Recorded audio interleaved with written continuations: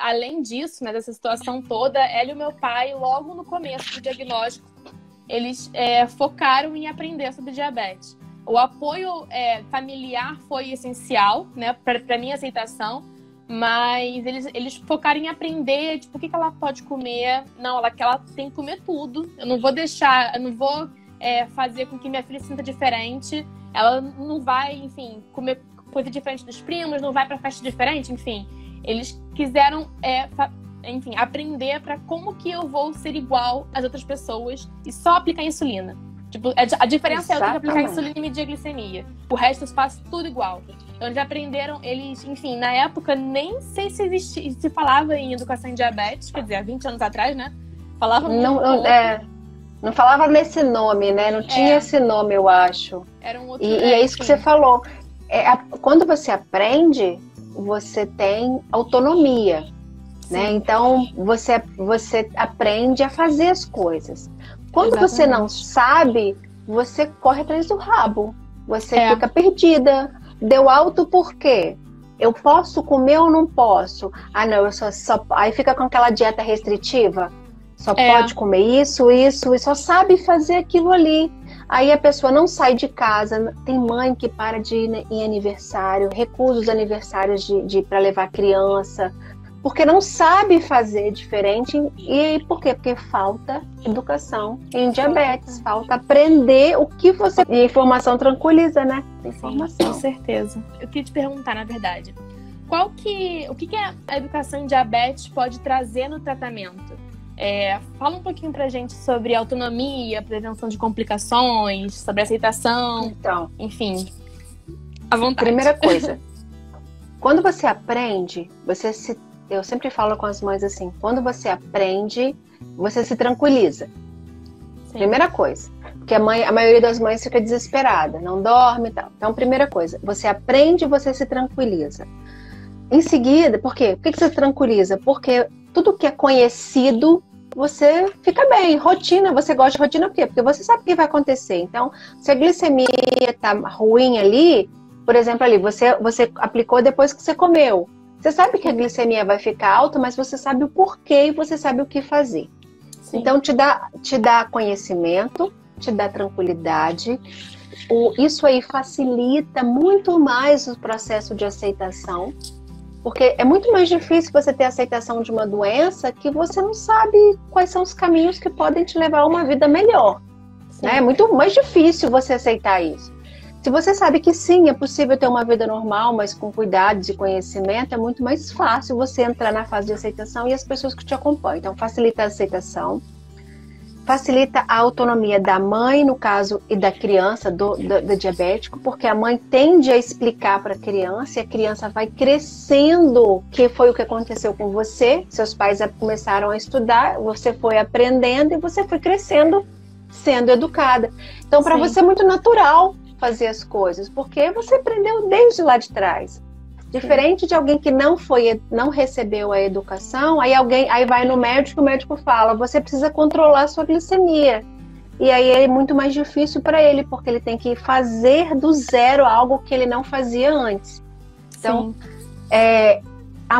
quando você conhece a outra questão de autonomia que é interessante, às vezes a mãe fica desesperada e deixa o médico desesperado também, tá, Bia? Né? Liga pro médico, e eu fui assim, meu primeiro mês eu fui assim, acho que a maior parte fica assim no primeiro mês. Só que depois de passar do primeiro mês, e aí? Você vai ficar enchendo o médico de WhatsApp o resto da vida? Sim. Ou você vai começar a estudar para aprender e entender o porquê que está acontecendo? Então, em relação à complicação, os 5 primeiros anos pós-diagnóstico são super importantes para evitar complicação. Sim. Os 5 primeiros anos. Então, para fazer prevenção de complicação é essencial.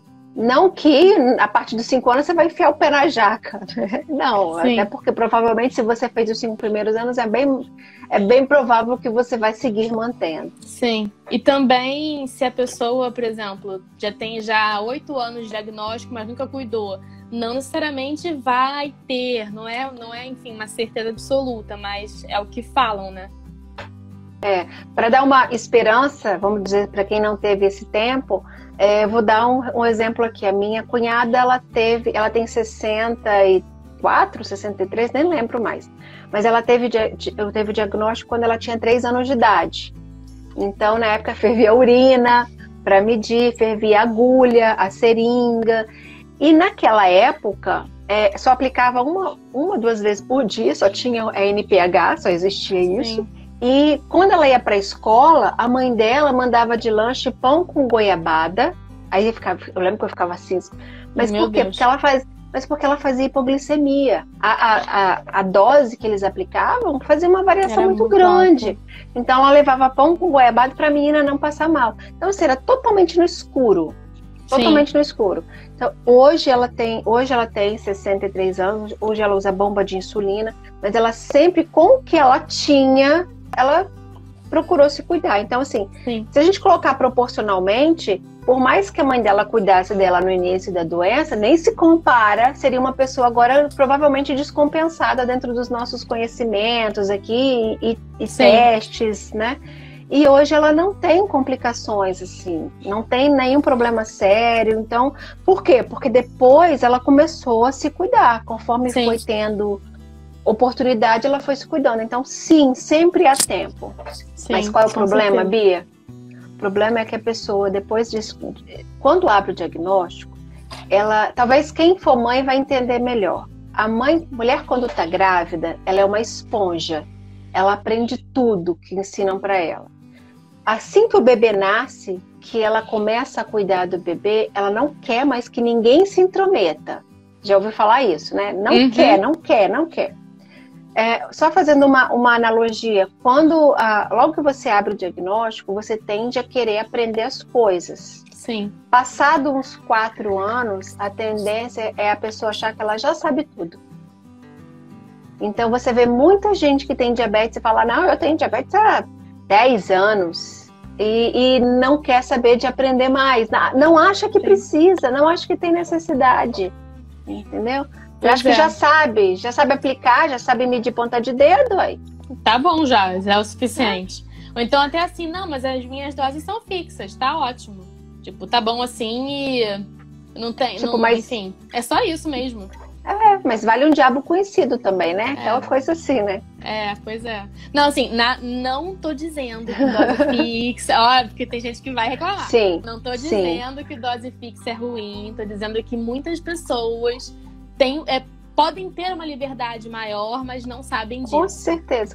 Isso que eu tô querendo dizer. Não sim. Dá pra controlar muito bem com dose fixa. Sim, dose fixa dá pra controlar. Só que o único problema é o seguinte, né? Se você tiver uma dose fixa, a sua alimentação também terá que ser fixa. Se você quiser querer comer muita coisa diferente, você tem que comer diferente, comer quantidades e alimentos diferentes, provavelmente requer doses diferentes. Exatamente. Né? Então... #restrição.